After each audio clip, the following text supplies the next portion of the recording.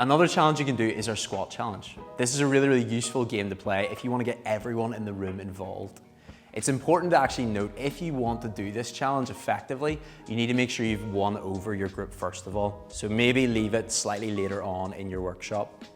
Whenever you're doing this game, you would stand up at the front and maybe ask a little question, something like, does anyone here like any sports or like exercising?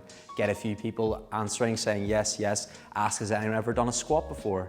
Maybe get one of the kids to come up to the front and do a squat with you to show how it's done.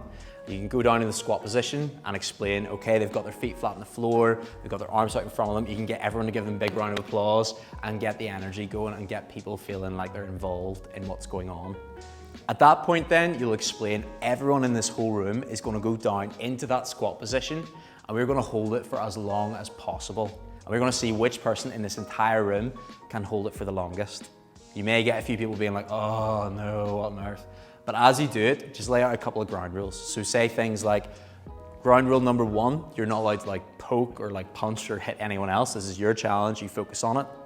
Another thing you can say is, if you're really, really struggling and your body is in agony, just sit down. It's not worth you wrecking yourself over this. And there will be people sitting there who really, really don't like the idea of a squat challenge. So even saying to them and just making it known to everyone, you do not have to do this for as long as you can. You can literally go into the squat position and then just sit straight back down. That's totally fine. Okay?